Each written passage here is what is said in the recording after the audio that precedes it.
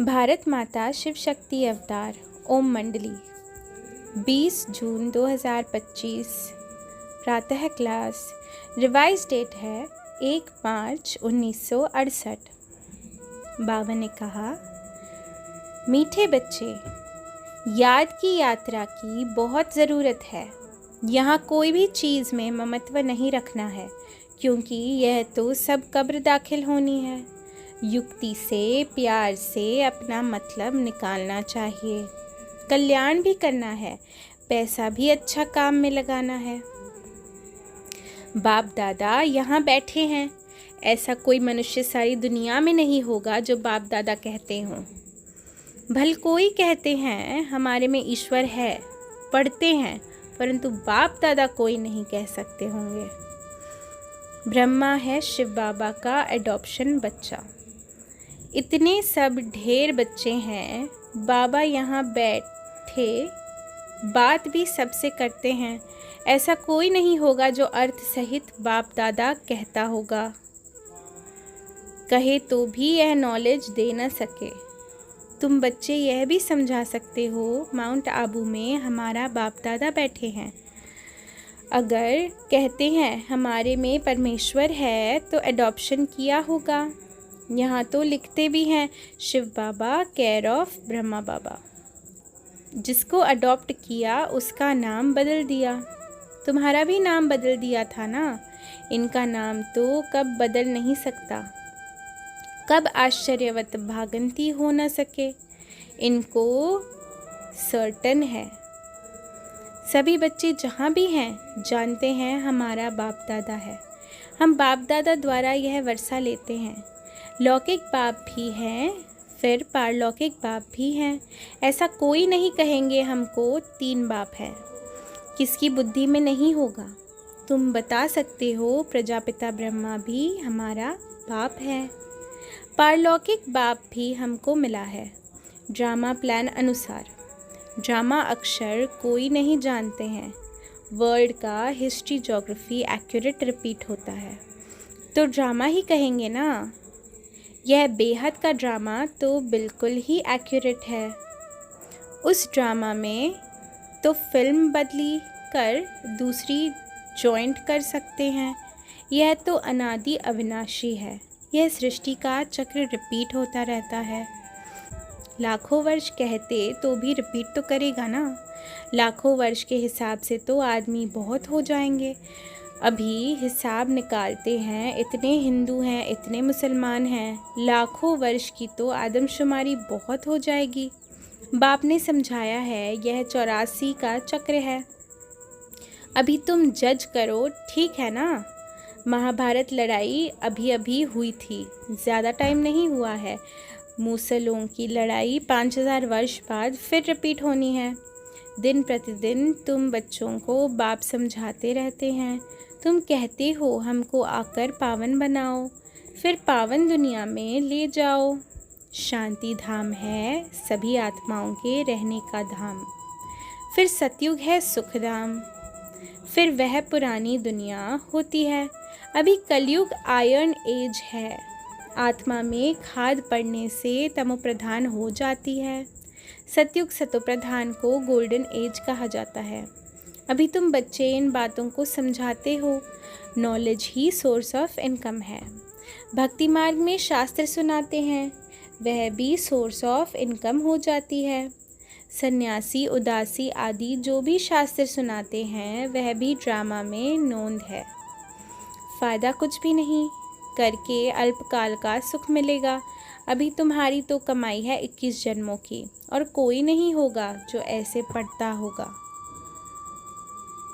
यह है मनुष्य से देवता बनने की बात। गायन भी है ना, मनुष्य से देवता किए करत ना लागी वार।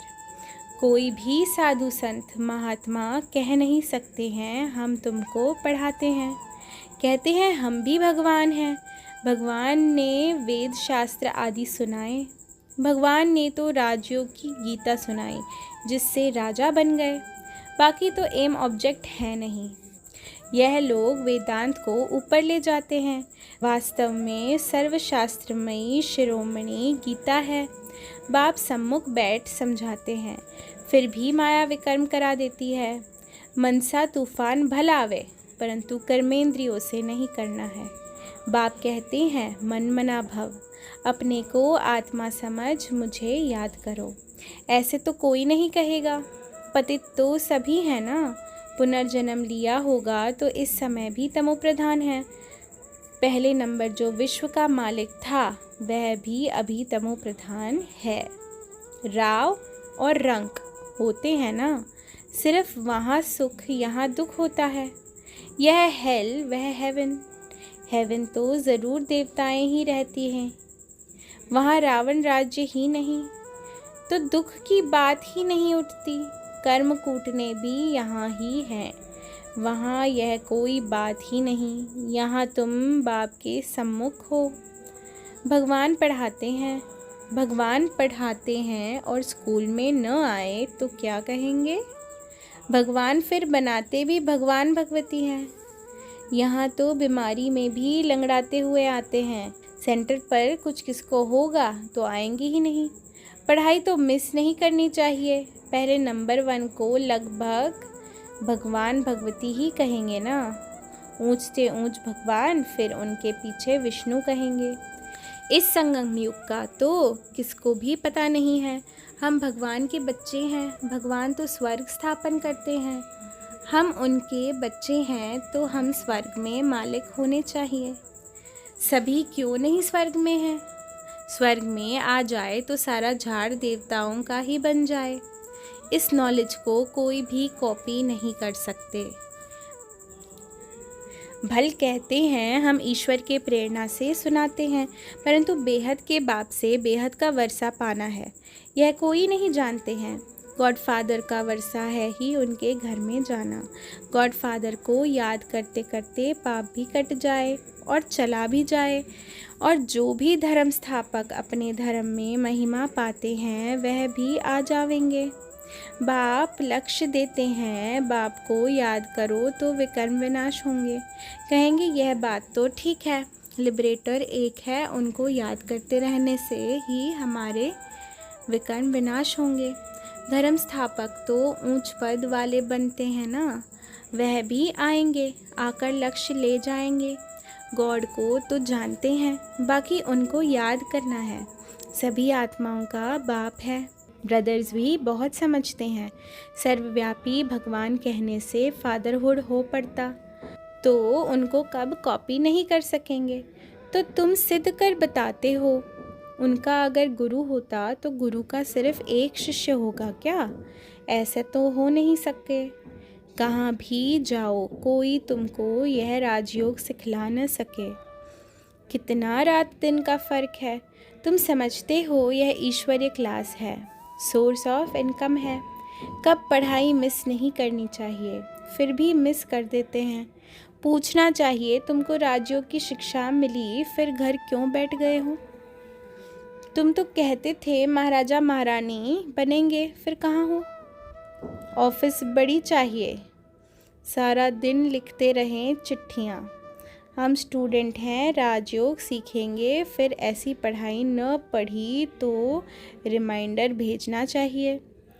यहाँ से चिट्ठी जाएगी तो जैसे सुप्रीम टीचर से जाती है। तुम कहते थे, फिर क्यों नहीं आते हो? तुम भगवान से पढ़ने नहीं चाहते हो? बाप को तो फारकती दे दी। ऑफिस लिखा पढ़ी की बहुत बड़ी होनी चाहिए। माया गिराने की कोशिश करती है, चिट्ठी से शायद बच जाएं। कुछ न कुछ फ़ायदा होगा, क्योंकि तरस पड़ता है ना। बच्चे समझते हैं माया ने कान से पकड़ा हुआ है। अगर मेरे पास कोई राइट हैंड हो तो रखूं, सारा दिन लिखते रहें। जो कहते हैं फलाना स्वर्ग पधारा, उनको भी चिट्ठी लिखनी चाहिए। कलयुग को स्वर्ग कहा जाता है क्या? सतयुग जब होगा तब सतयुग में जाएंगे ना, अभी तो कलयुग है। लेटर लिखने की भी प्रैक्टिस चाहिए। अभी देखें, बाबा के पास कोई आते हैं, हेड ऑफिस बाप दादा से पत्र जाने हेड ऑफिस बाप दादा से पत्र जाने से कल्याण हो सकता है। ऐसा टाइप राइटर हो जो सब कुछ जानते हों, हिंदी, सिंधी, अंग्रेजी टाइप सब जानता हो। यह भी बहुतों को जगाने में बहुत फ़ायदा है। एक बाप ही है जो सबको सुख देने वाला है, बाकी सभी दुख देने वाले ही हैं।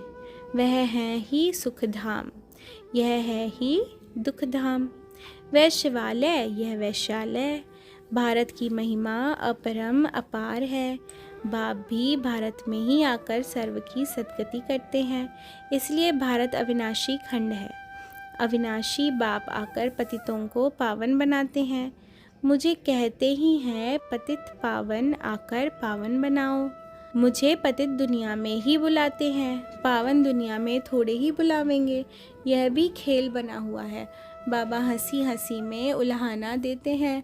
मुझे पतित दुनिया में बुलाते हो, पावन दुनिया में तो मुझे भूल जाते हो। याद करने की ज़रूरत ही नहीं। सतयुग में आऊँ तो फिर पुनर्जन्म ले कलयुग में भी आना पड़ेगा।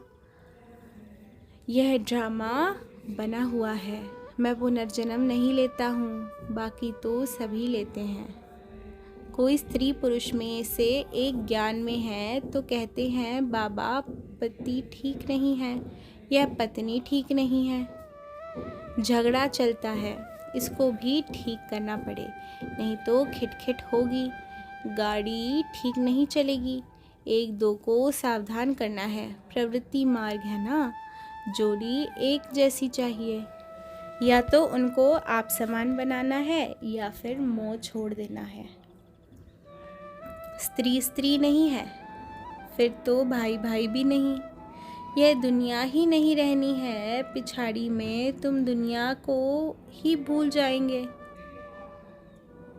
समझते तो हो ना हम हंस हैं, यह बगुला है। किसमें कोई अवगुण, किसमें कोई चटा बेटी चलती रहती है। मेहनत है बहुत, सहज भी है। सेकंड में जीवन मुक्ति, बगैर कौड़ी खर्चा। बगैर कौड़ी खर्चा, बगैर खर्चा ऊंच पद पा सकते हो। गरीब जो हैं वह इच्छा सर्विस करते रहते हैं। यह तो पता है ना कौन कौन हाथ खाली आए हैं। बहुत ले आने वाले आ जाते हैं। गरीब बैठे हैं और बहुत ऊंच मर्तबा पा रहे हैं। बाप तो समझाते हैं यह सारी दुनिया ही भस्म हो जाने वाली है। अर्थक्वेक में कितने ख़त्म हो जाते हैं, मकान, पैसे आदि सब ख़त्म हो जाते हैं। हिरोशिमा में सब मर गए, आत्माओं ने जाकर दूसरा जन्म लिया। उस समय दुख फील करने की भी फुर्सत नहीं मिलती है। अचानक मरते रहेंगे, रोने का टाइम ही नहीं मिलेगा, हॉस्पिटल ही नहीं रहेंगे। बम्स ऐसे जहरीले बनाते हैं जो गिरे और खलास। कुछ भी करने की फुर्सत नहीं मिलती है। हार्ट फेल होती है तो बैठे बैठे ख़त्म हो जाते हैं। मौत ऐसा होने वाला है। बाबा ने विनाश के लिए युक्ति बहुत अच्छी रची है। दिन प्रतिदिन तुम जैसे रिफाइन होते जाते हो, वैसे वह भी मौत का सामना भी रिफाइन करते जाते हैं। तुम्हारी बुद्धि में अभी हमको यह छीछी शरीर को छोड़कर जाने का है। बाबा के पास शिव बाबा ही याद होगा। औरों को तो कोई न कोई मित्र संबंधी आदि याद आएंगे। अंत घड़ी कहते हैं राम भगवान को याद करो। तुमको कहने की दरकार ही नहीं पड़ेगी। तुम जानते हो बाप को याद करते करते यह पुराना शरीर खुशी से छोड़ देंगे। बुद्धि सब तरफ से हटाने में टाइम लग जाता है, इसमें ही मेहनत है। बाकी 84 के चक्र का ज्ञान तो बहुत सहज है। चक्र पूरा हुआ, बाकी हम थोड़े रोज हैं। अभी बाप को ही याद करना है, अपनी नब्ज देखनी है, कहाँ रग तो नहीं जाता है। यह तो हम जो कुछ देखते हैं खलास हो जाने का है। हम प्यार उनको करते हैं जो शिव बाबा की सर्विस में है, और कोई से भी प्यार है नहीं। बहुतों का बुद्धि योग मित्र संबंधियों आदि से है। ज्ञान को जानते ही नहीं, ब्राह्मण ही नहीं, कोई से काम है तो उनसे मतलब निकलता है, तो युक्ति से रास्ता रखना होता है। मित्र संबंधियों को भी कुछ न कुछ सुनाते तो हैं ना। आगे चलकर बहुत आने वाले हैं, बहुत आएंगे, फिर तो उन्हों को भी कशिश होगी। तुम्हारे पास आकर जब सुनते हैं तो कहते हैं ज्ञान तो बहुत अच्छा है। यह भी ड्रामा में नोंद है। विघ्न पड़ेंगे, गाली खाएंगे, जो कुछ होता है नथिंग न्यू, ड्रामा में नोंद है। हमको ऐसी बात न करनी चाहिए जिससे किसी को दुख हो, बल्कि मीठा शांत चित्त रहना है। ताली नहीं बजनी चाहिए। कब देखो इनमें क्रोध का भूत है तो भाग जाओ, किनारा कर देना चाहिए। बहुत मीठा बनना है। बाबा पुरुषार्थ करा रहे हैं। शिव बाबा को तो पुरुषार्थी नहीं कहेंगे, यह देहधारी पुरुषार्थी है। उनको तो देह है नहीं। उसने लोन लिया है तो ज़रूर किराया तो मिलेगा ना। कितनी गाली खाता हूँ, बाबा के कारण गालियाँ खाई तो इसका हिसाब किताब तो मिलेगा ना। इसको कहा जाता है बाट बेंदे वा भंड।